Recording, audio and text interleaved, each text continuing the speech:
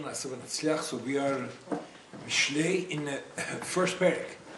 Parak Aleph, we are going to cover Be'ezrat Hashem tonight two pesurim.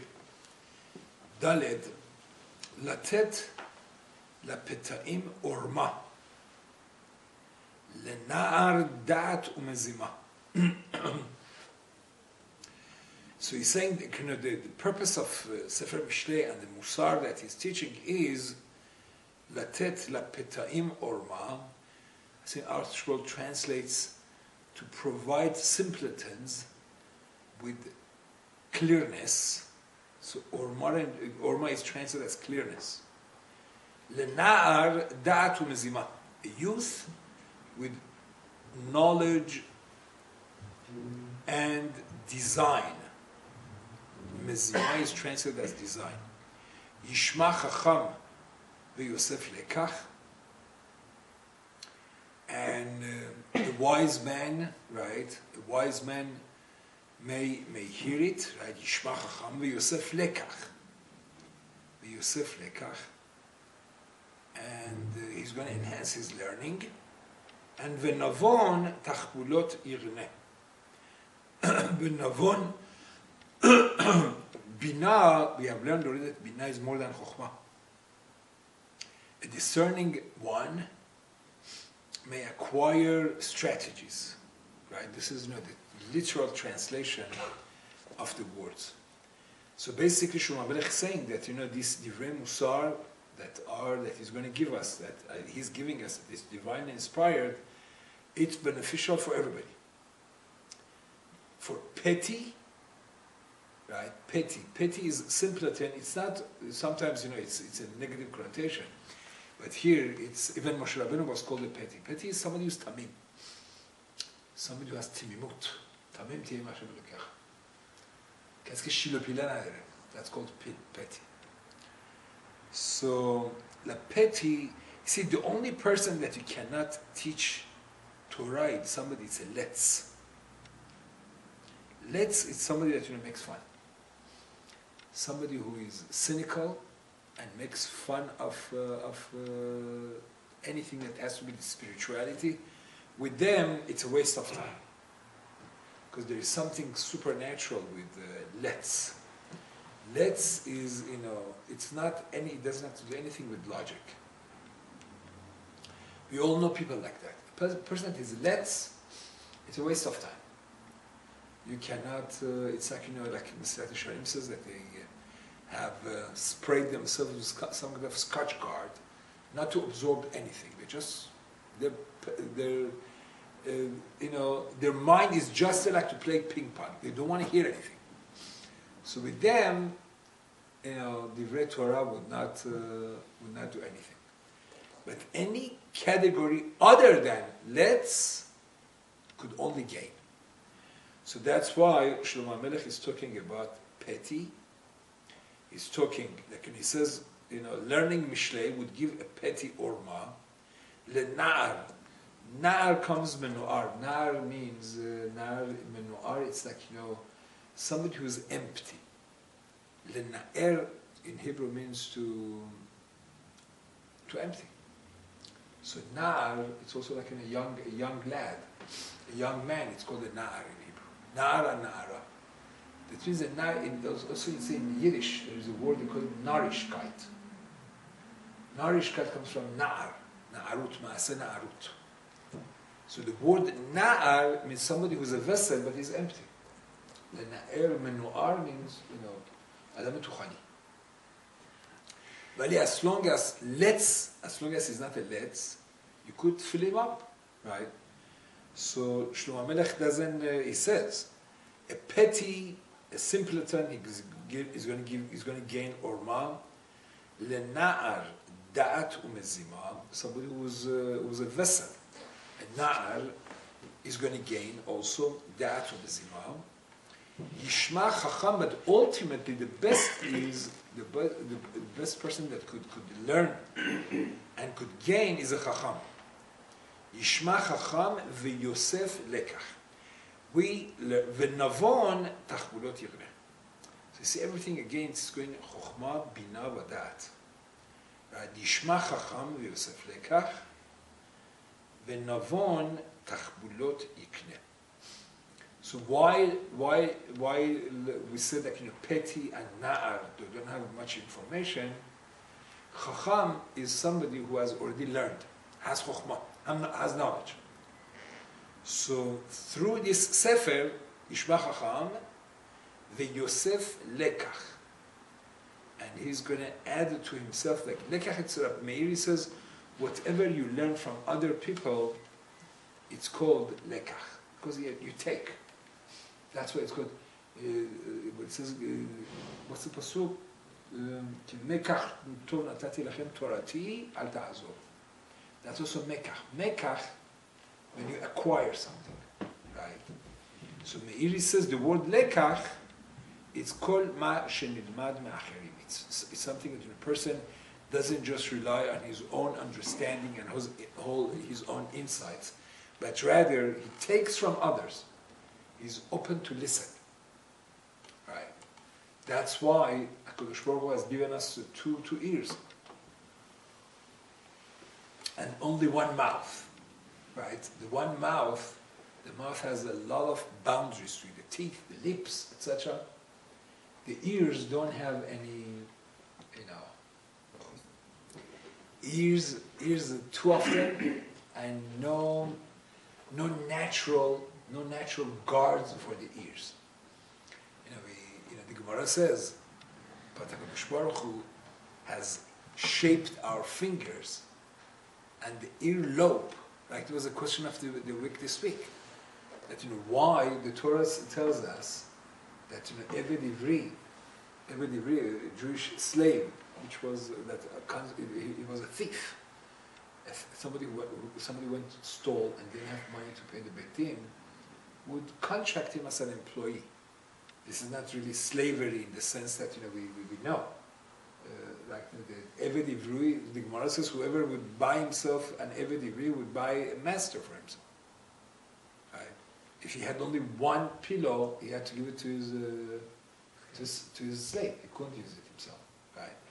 So only somebody that really wanted to do chesed would go to Beit Din and pay the money that this guy had stolen and take him in as a slave, so to speak. It wasn't slavery really.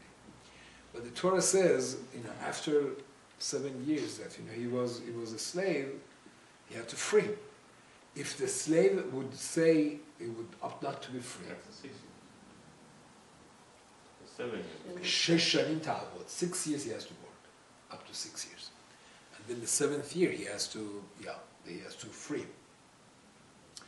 So if he didn't want to be freed, so then the Torah says he should. That was Parshat this week. Take him to the door and pierce his ear. So my question was, where does how come they have to? If the Torah says to pierce his ear, but Chachamim say that it was the earlobe. How come? Why they would pierce the earlobe? So the answer is that it's really because hearing. It's the Gemara says somebody cannot hear. It's not considered alive. Hearing is one of the best qualities that we have, to hear, to listen. And a problem with a lot of people is that they are not good listeners. Shalom Bayit problems, a lot of things. It really comes from this, that people don't want to listen. You just want to talk. They're so self-centered that they don't think anybody else has anything worthwhile, right? That we should listen to, right? So, but you see, Hashem has given us 2 ears for a reason. So this thing, how come the earlobes? The Gemara says yes. Since HaKadosh Baruch Hu has not put any guards, and for eyes we do have the eyelids that can cover our eyes. The mouth has a lot of, but the ears don't have anything naturally. But it says, the Gemara says, the reason why HaKadosh Baruch Hu has made our fingers in such a shape is that if somebody says Lashon Hara, etc., we should put the fingers right in our ears. Did you ever see anybody do that? I haven't seen. Right? I guess we are too embarrassed to do that, but to say, and also it says the earlobes are soft exactly for, it's like plugs. It's plugs for the ears. So the Gerer Rebbe says, why Hashem says you should pierce the earlobe? He says, because, why to pierce the ear altogether? Because this person, all the Jewish souls were at Har Sinai, and over there, we committed ourselves that we are slaves to Hashem. We are slaves to Hashem. So he goes and he makes himself into slave to a slave. That's why you have to pierce the ear. But why the earlobe? So the Gerer Rebbe says, because if he would have used his earlobes to seal his ears, he wouldn't get to this stage of, right? Why didn't he hear when HaKadosh Baruch Hu said, Lo tigzol and in the Torah, don't steal? Why he didn't hear that? He says, because probably he heard other things. His ears are contaminated, are filled with junk. That's why he's not able to hear, like in the spiritual things. That's why the earlobe, he should have used the earlobes not to hear the junk, not to hear all the Lashon Hara and all the, So, but listening, it's one of the best qualities that a person needs. It's kavod habriyot. It's really having, respect for other people, to listen. Right? It's a big problem. A lot of people, right, have this, to be a good listener, and the person that listens, he's going to be better in life, especially for relationships, aside from spirituality, etc. So Yishma Chacham. A Chacham is a Shomeya. A Chacham is Shomeya because always you could hear, from what you hear from other people, you could learn something. Yishma Chacham veYosef Lekach. Yishma Chacham veYosef Lekach. There was it was Ben Azmanim, the yeshivot were off. They say a yeshiva boy, I don't usually see him. He walked here from a long way, he came here. I said, look, how come he came here? He said, look, before I left the yeshiva, my Rabbi said, make sure, even if you're not in the yeshiva on Shabbat, go to a shul to hear Dvar Torah. He said, a Rav goes and, puts effort, time, and, to say something worthwhile. Go listen. Instead of just you yourself going and studying yourself, if somebody prepared, it doesn't make a difference. I mean, you want to go to, even, I'm sure even from Walpi you could hear something and learn. Who knows? I mean, there's a lot of krumkeit, but I went on YouTube, I saw he was debating an agnostic, heretic, whatever. And he was very eloquent. I mean, I disagree with him totally when it comes to he doesn't believe Torah Mishamayim. But you could really, if Chochma Bagoyim Ta'ami, from non-Jews also you could learn Chochma, right? There's a pastor on Sundays. He preaches just from Tehillim, just straight, but he bases it towards Christianity, but it's all based on Tehillim. I mean, they believe it. They believe in the Old Testament, sure. And the Proverbs is the biggest thing they study is the Proverbs. That gave you the idea to learn Mishlei? Mishlei's Proverbs. That's what came up with the idea. Okay. Now, I mean, you see, it says, Chochma Bagoyim Ta'amim. That's what it says, Yishma Chacham. You see, a Chacham has to hear. You always, I mean, obviously you have to be a critical thinker. Not just, see, the problem is that in a lot of us, I think Persians, we are not critical thinkers. It's like, people that, go to Walpi, etc. I talk to them. I said, look, but you see, they just get mesmerized with the power of speech. Wow, this person is a very eloquent speaker. So what? Yimach Hitler also, when he spoke, you go to think, you hear, electrifies you. There are a lot of people like that. They could, they have they electrify, but then you forget about the content, what he's saying. You have to be a critical thinker. Not just, whatever is being said, you take it You have to be able, and that's why it's dangerous for somebody who doesn't really have chokhmah. You see, it's very interesting. Shlomo HaMelech says, "Latet lap'ta'im orma, lena'ar da'at umezima, yishma chacham v'yosef lekach." Who should be, right? We said, he said Yosef lekach means when you learn from others. We said lekach is like milashon lakacha, to take. This is only for a chacham, because a chacham is somebody who has that ability to discern, to be critical thinker. Just don't take something because you're said. If HaKadosh Baruch Hu says something, yes, that's what Nishma. But other than that, you see the Gemara, that's the beauty of Gemara, that you don't take anything for granted. Gemara, it's all about nothing is taken for granted. Everything is debated. They talk about shechita. Okay, well, prove it from the Torah. Where do you know? Who says shechita is this? Slaughtering an animal from the throat.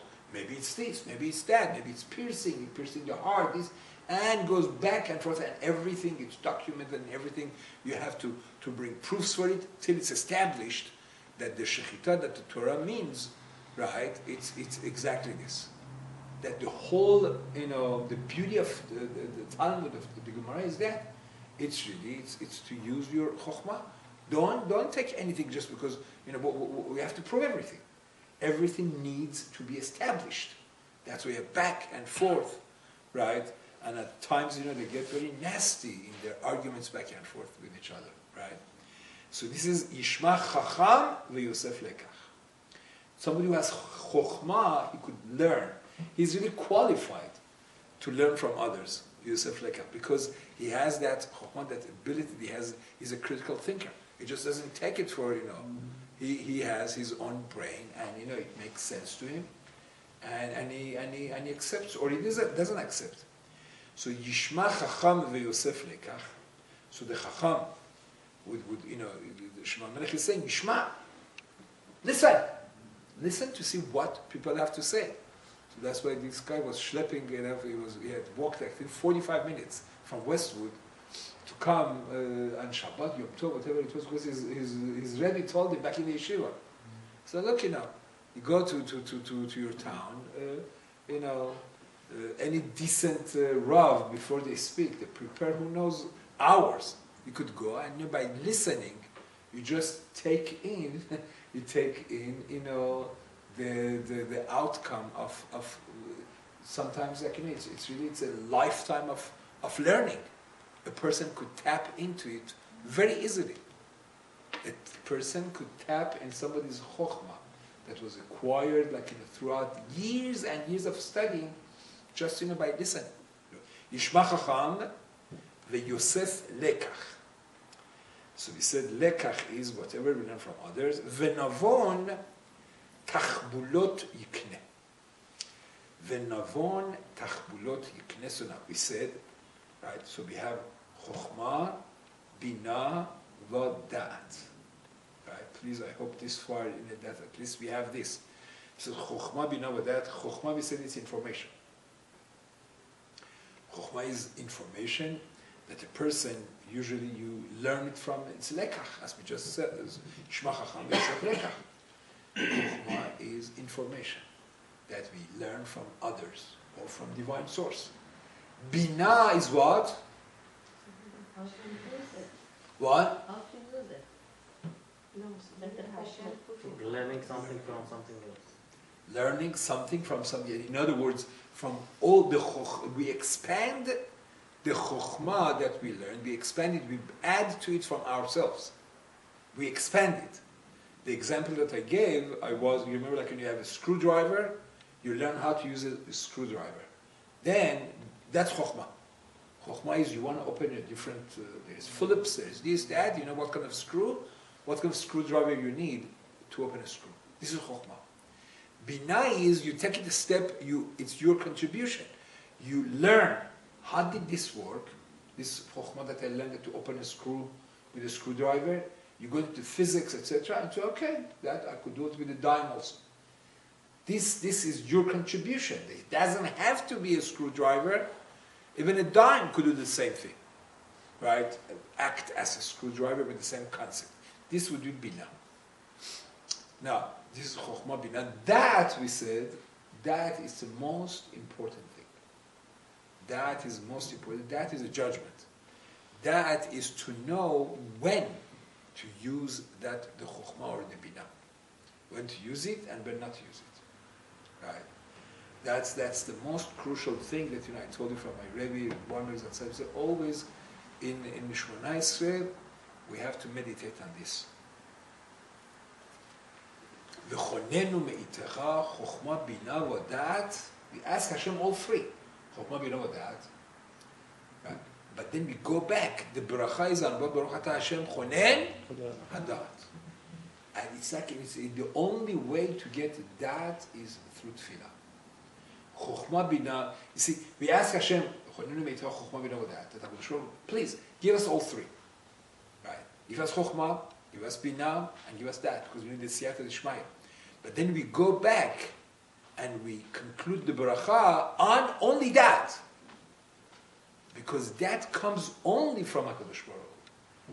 That is not something that we could acquire. That, to have the proper judgment, it's so crucial. Right? In chinuch of children, in relationships, relationship with employees, etc. You could be, one of the used to be, look, you could be right and you could be dead. Right? You see, like, let's say, you have chokhmah, bina, that, you're driving, okay, when I have a green light, I could drive. Beautiful. So if you just, but then you need to have also that. Sometimes, don't use that chokhmah. If there is somebody else who is not careful about driving and drives on red, and you have the green light, but he's going to hit you, going to kill you, chas v'chalil. So it could be right, and that chas v'chalil, you have the chokhmah. See, that's why you need the dat. That is the judgment. When, okay, you have chokhmah bina, okay, I have a green light, I could drive, but this is not enough. Be careful. Maybe some crazy guy doesn't follow the rules. This is the judgment. Should I really not drive that it's green or not? You have to watch out. This is some crazy guy is not driving on red. And there are applications all over. See, I talk a lot of times to fathers. Like everybody wants their kids to follow Torah and mitzvot. The Chokhmah and Bina tells you, you have an obligation. A father has an obligation to make sure that his kids are follow Yirat Shamayim, Torah and mitzvot. That's Chokhmah and Bina. But sometimes the dat would imply that leave him alone. Sometimes the judgment is should I enforce it or not? Sometimes dat would tell you, no, you're right, yes. He should be going to shul. He should be getting up. He should, but he's not. You have whether to be tough or not. That's a judgment call. The chokhmah is in place. The chokhmah tells you are a father. You have to educate your kid, right? And education means yes, he has to have discipline. He has to learn. But you see, that comes and kicks in. Should I apply this chokhmah or not? Sometimes that would say just to hold back in action. Shevaltas.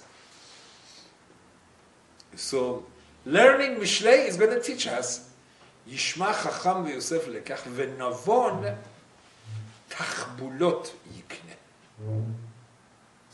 V'navon tachbulot yikne.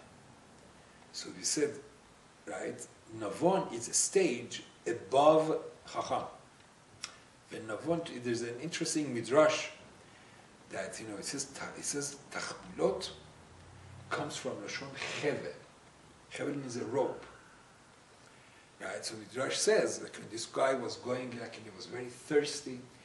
He goes in a desert, whatever, and he comes to a place he knows there is a spring of cool water there, but the water is deep down there, and he has he has just a few pieces of small pieces of rope that cannot reach the water. He tries with the rope, it doesn't go, he just, he gives up. This is a Chacham. Chacham knows to get the water, you need with the rope, with the bucket or something with the rope to reach the water, but he cannot, he gives up. Somebody who has Bina, he comes, right, this is what Shlomo Melech says, the Navon Tachbulot Yikne, the Navon comes and sees, okay, this rope is too short, but there are a few pieces of rope. So he takes and he ties them together, one piece to another piece and another piece. Now he has a rope that it's long enough, and he ties the bucket and gets the water up. He got to the water. This is the difference between Chacham and Navon.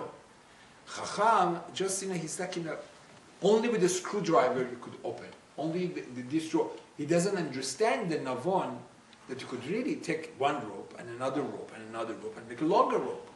He just his mind is. So the Chacham doesn't have Bina? But if a person just is a Chacham, it's like a robot. He doesn't have Bina. If you do, that's right. That's why you have Chokhmah, Bina. Chokhmah, it's just a robot. You take the rope and you hang it with a bucket, he tries, it doesn't go, it's short enough, he gives up. But somebody who has Bina, he comes and he adds it. No, it doesn't. It could be, you could take a few pieces of rope, tie them together. Baruch Hashem, all of us, I think, would have thought like that. That is what you do. Unless you don't know how to tie. But this is an example. This could be. You see, Malbim says beautifully. Malbim says Chevel. Chevel is a rope. So how come it says Venavon Tachbulot Yikne? So it says Tachbula Chevel. A rope is made up of little, very very thin nimim. Jewish miyan sivim. Like in a little. You come and together, one shiur and another shiur and more musar and more mishle, one and all these little strings makes a rope, right? That's why it's called tachbulot melashon chevel, right? This is something that we I think we spoke about it last week.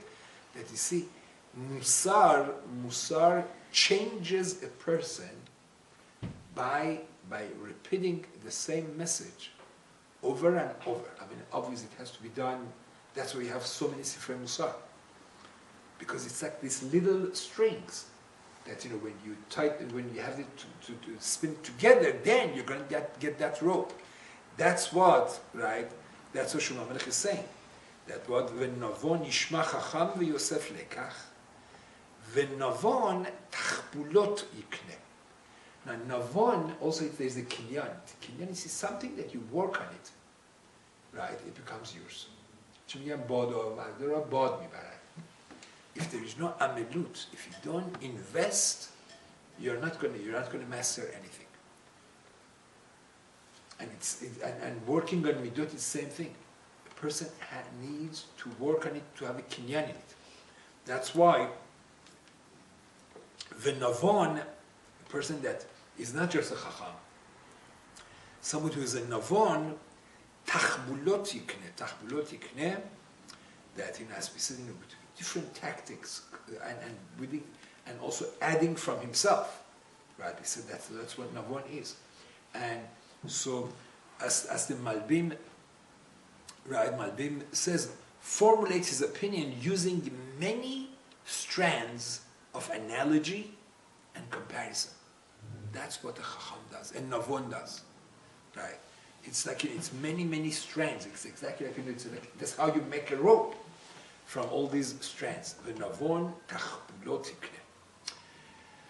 So it says betachbulot ta'aseh milchama. Betachbulot ta'aseh milchama. You see, we believe that we were put on planet Earth. One of the major reasons is really to fight the Yetzer Hara.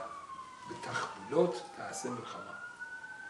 Yetzer Hara is our biggest enemy. and at the same time our biggest friend.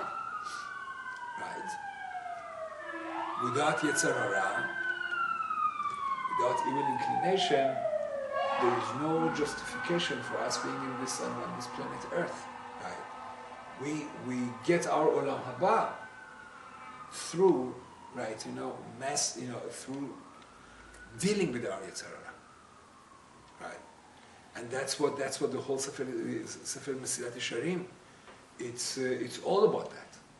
It's how to all the midot raot, right? Midot raot, the bad qualities that we all possess. This comes from Yetzer Hara. And in Maaseh Bereshit, Yetzer Hara is called Tov Me'od. When it says Tov Me'od, the Midrash says it's Yetzer Hara. Why? Because again, if not for Yetzer Hara, we are not. When Moshiach comes, he's going to be Shecht. Life is going to go on after that. But no safar after that. There's a machloket what happens when Mashiach comes. According to Rambam, Yetzer Hara continues to exist. Rambam says when Mashiach comes, Olam keminhago noheg. That's what he means. When it says Olam keminhago noheg, you still have Yetzer Hara. But others argue with Rambam. Ramchal for sure says that when Mashiach comes, there is no more Yetzer Hara. And what's what Chafetz Chaim says? Chafetz Chaim says, look, if you go according to everybody else, but Rambam, we shouldn't want Mashiach to come. We are not ready yet, right? And also because you see, maybe good news or bad news is that Mashiach is going to come Ke'eref Ayin. See, it's like by Yosef. See, everything, all the geulot are in this going to Mitzrayim and coming out. When it was time for Yosef to be released, so Vayiritzu min abor. Vayiritzu min abor, they made him run fast. Right? For years, Yosef HaTzadik was in jail. Right? But when it came time for him to release, it happened instantly. Right away he went and shaved and this and that, and he was in front of the king. So that's how the coming of Mashiach is going to be the same thing. It's Vayiritzu. It's going to be Pitom. The Navi says that this Melech HaMashiach is going to come Pitom. Pitom is like Besach Da'at. Profit Girman. That's what it says. Surprise. Huh? Surprise. So Chafetz Chaim says there was this Dahati, this villagey, that had never gone to the big city. So he says he saved money. Now they had a train. For the first time they had railroads, train. So he saved up his money. He wants to go to visit the big city. And he has his bag with his belongings. He gets on the train. There was a group of young kids on the train. They want to have some fun. They see this villagey, the Hati. They tell him, Divune, that's how you want to go in the big city? Yeah, the way you're dressed in rags and this and that. They're going to make fun of you in the sense, no, don't worry. He says, I have my polochori labas in the everything is in the suitcase, everything. I know, I'm not going to go with you. He said, but you're going to get there till you change, right? Already they're going to make fun of you in the train station.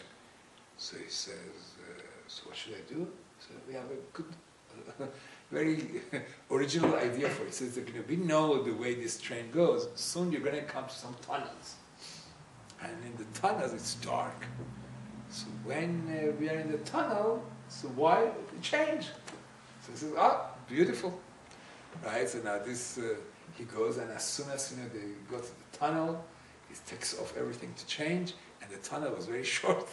So in a minute, the train is up, and he's, but Bach is locked over, he's all naked, and everybody makes fun of him. So Chafetz Chaim says, this sounds funny, but he says, this is what's going to happen with us when Mashiach comes. Mashiach comes all of a sudden, right? Vayirutzu min abor, we're not going to be ready. We are not going to be ready. That's why he says, we say we want Mashiach now. Maybe the Chabadnik said, we all say we want Mashiach now, but we have to be prepared for it. We need to be prepared, chas v'chalila, not to be caught off guard like this villaging. Anyway, so in Mesilat Yesharim, Ramchal tells us about different things that we need to work on, not to be caught off guard. And he says, some of these midot, and if you're talking about betachbulot ta'aseh milchama, that we need to have this tachbulot, we said in Lashon chevel, and chevel we said, Malbim says it's repetition, right? From the little, how you called it, using many strands of analogy and comparison, etc. And more than anything, repeating the Musar teachings, not to be caught, off guard. He says, right, Gezel va'arayot, nafsho shel adam machmadatan umitava lahem. He says we have to realize one of the biggest yetzer haras, that if you want to go to the biggest yetzer haras, evil inclinations, that we need to deal with, Gezel va'arayot, like, money things, anything financial, monetary things. And second would be arayot, immodesty, things that have to do with the arayot and immodesty. He says these are the strongest yetzer haras. Freud would tell you that probably arayot is number one, but the Torah says that, gezel is even worse. Money. Stealing, dishonesty in monetary things, it's number one. Gezel va'arayot, nafsho shel adam mechammadatan umitava lahem. We have to realize that this is a yetzer hara. Right? Going for non-kosher money and not being careful and ethical, this is the strongest yetzer hara that we have. והנה אנחנו רואים שאף על פי שרוב בני האדם, right, he says, we see that, the majority of people are not going to go rob a bank, etc. Right? גנבים בגלויהם. דהיינו שישלחו יד ממש במון חבריהם. That, they are not going to go and just really, plain steal. אף על פי כן, רובם תואמים טעם גנבה. It says the majority of people, they do get a taste of stealing, a dust of stealing. Right? במשאם ומתנם, במה שיורו היתר לעצמם, להסתכל איש ברצונו של חברו. Right? They come and they think, they are zarang in business, etc. So, no, this is business. You have to be, you cannot be halu bashi. Right? No, you have to be zarang bad bashi. Right? They call it zarangi, and that's it. Then it's not stealing. Right? להסתכל איש בהפסדו של חברו ויאמרו להרוויח שני. But he says, that's why, Ramchal says, that's why ואולם לאווים הרבה נאמרו בגזל. That's why the Torah has used a lot of different terminologies when it comes to, this prohibition against stealing. לא תעשוק, לא תגזול, לא תגנובו, ולא תכחשו, ולא תשקרו איש בעמיתו, לא תוניש את אחיו. I think there are altogether over 35 or something prohibitions in Torah that have to do with stealing, have to do with dishonesty. Not eating pig, it's one issur. That's what I'm saying. I always say, kosher money is, you see from the Torah, it's much more important than kosher food. Kosher food, it's one issur. Right? Here you have, I think, Chafetz Chaim counts 30 something. Here Ramchal brings a few of them. לא תעשוק, לא תגזול, לא תגנוב, לא תשתכר איש בעמיתו, לא תונו איש את אחיו, לא תשיג גבול רעך. Not to go to unfair competition, השגת גבול. It's a big deal. Not to, but what is considered השגת גבול? What is it? Unfair competition. It's for sure going and working by somebody and then getting all the business leads and then going and sending an email, we moved, this is our new address. Right? I have been involved in a lot of cases like that. How much? You know. That's why a lot of Persians, they don't take, they don't want Persians, Jews to work for them. They say, he's going to come, learn the business and, And goodbye. right? So, but you see, there are some people that they are not like that at all. There are some people, and I know some people, so many people came from Iran, they come to my business. I'll teach you what to do. You see, it's unbelievable. I mean, they would tell them, okay, you go to a different territory, but here I'll teach you how to, that's being noble. But but what is asur is hasagat gvul. Hasagat gvul, it means you cannot go and to unfair competition in somebody else's business. כל אלה חילוקי דינים שבגזל, כוללים מעשה, and Pico we had a lot of things. Oh, what is this? This store is coming next to me. Why, with dry cleanings, this, that, there was a big, the point is, but there are halachot. You see, if a place becomes like I think, if somebody comes, let's say, and Robertson and opens another shul, is it a problem? Huh? Is shul a business? What? Shul business? Good question.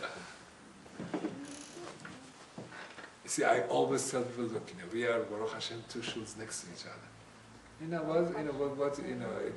has to be, Somebody else told me, I think there is room for more shuls, even on Robertson.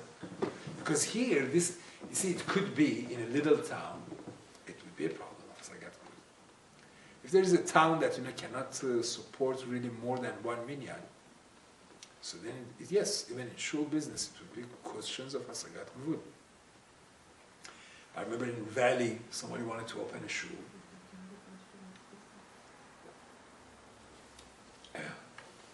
Weinberg told that person, get in your car, go 2 miles, open a shul.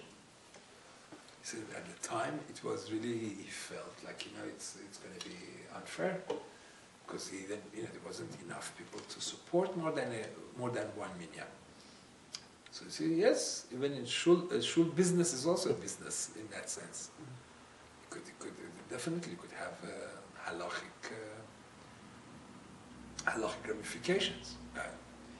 So this is what it says. The Torah says lo tasig gevul re'echa. But you see, in a place like Pico, no. See, because this is like a shuk, like it's like a bazaar. So many of them that really, I don't think, That's why on Pico you do have a lot of shuls next to each other, and it's legit. It's legit. Right? So, what? We have Sephardim and Ashkenazim with different type of people walking in the shul, in the street, different. We have 2 Persian shuls next to each other. Shirazi and Baba Kuja.